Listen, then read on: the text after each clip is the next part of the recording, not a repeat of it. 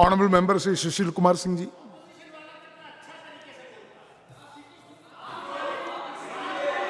धन्यवाद, धन्यवाद सभापति जी। प्लीज प्लीज आपने प्लीज ऑनरेबल मेंबर्स प्लीज। धन्यवाद सभापति जी। आपने लोकतंत्र के सबसे बड़े मंदिर इस ऐतिहासिक और आधुनिक भवन में चंद्रयान 3 पर होने वाली चर्चा में हिस्सा लेने के लिए मुझे परमिशन दिया है, अनुमति दी है। महोदय, मैं काफ़ी देर से पक्ष विपक्ष के बहुत सारे अपने सहयोगियों माननीय सांसदों की बातों को सुन रहा था। इसमें कोई बहस नहीं है, ये विवाद का विषय कहीं से नहीं है कि इसकी सफलता का श्रेय हमारे वैज्ञानिकों को जाता है और इसके लिए मैं इसरो की पूरी टीम को अपनी तरफ से और देशवासियों की तरफ से हृदय से आभार प्रकट करना चाहता हूं, उनको धन्यवाद देना चाहता हूं। मैं अपने कई साथियों को सुन रहा था। यह सही है कि वो जहां एक तरफ वैज्ञानिकों को धन्यवाद दे रहे थे, वहीं देश के शीर्ष राजनीतिक नेतृत्व को इस बात के लिए कटघरे में भी खड़े कर रहे थे, पुरानी बातों को दोहराकर ये कह रहे थे। हमारे एक माननीय सदस्य ने तो यहाँ तक कहा कि खाना बनाने वाले शेफ को क्रेडिट जाएगा या उसको परोसने वाले वेटर को क्रेडिट जाएगा।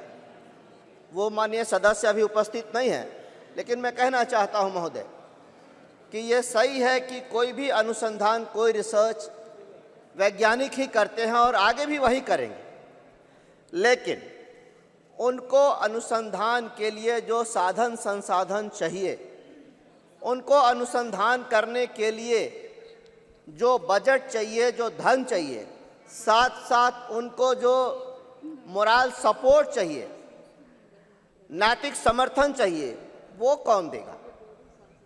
वो तो वही राजनीतिक नेतृत्व देगा जो वर्तमान में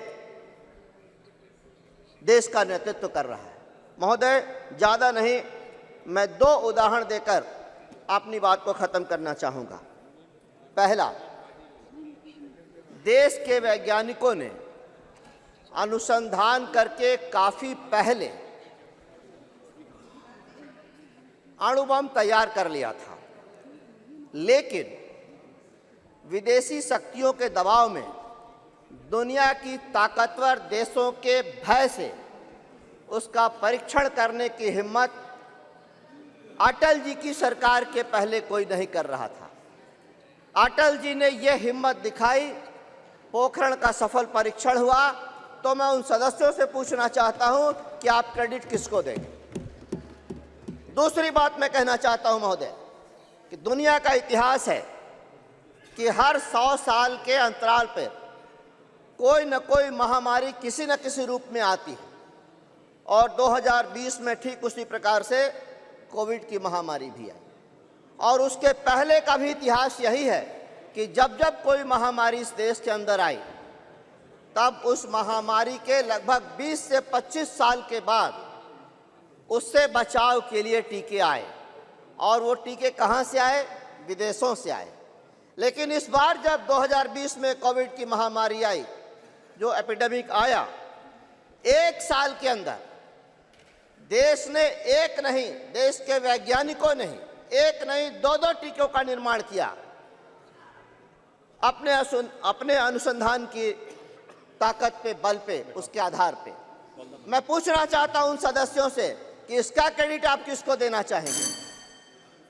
महोदय, 1 मिनट, मैं समाप्ति कर रहा हूं।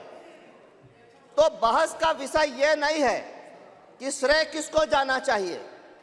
जिसके पास नेतृत्व होगा वही तो हमारे वैज्ञानिकों को, हमारे आदरणीय प्रधानमंत्री जी प्रयोगशालाओं में जाकर वैज्ञानिकों का मनोबल बढ़ाते हैं, सफलता पर उनसे गले मिलते हैं, तो क्यों नहीं उसका उत्साह बढ़ेगा और क्यों नहीं देश के लिए दोहरी, दुगने नहीं 100 गुने उत्साह के साथ वो काम करेंगे।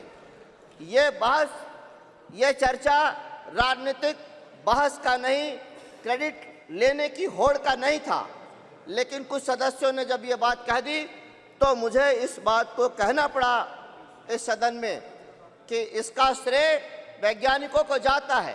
एक तरफ जहां हिंदुस्तान का लोहा दुनिया मान रही है और भारत का डंका दुनिया में बज रहा है, चाहे वो चंद्रयान 3 की सफलता Yes. हो या G20 की सफलता हो, और दूसरी तरफ हम अपने ही सुशील जी, जगह please conclude. अपने ही सदन में बैठकर अपने ही सरकार को, अपने ही नेतृत्व को सवाल के कटघरे में, सवालों के कटघरे में खड़े कर रहे हैं।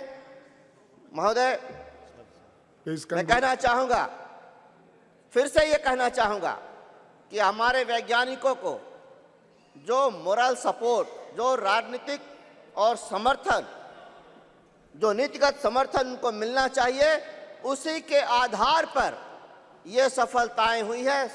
सफलताएं तो इतनी हैं, लेकिन आपके पास समय नहीं है, इसलिए मैं अपनी बात को यहीं समाप्त करता हूं। Thank you. धन्यवाद।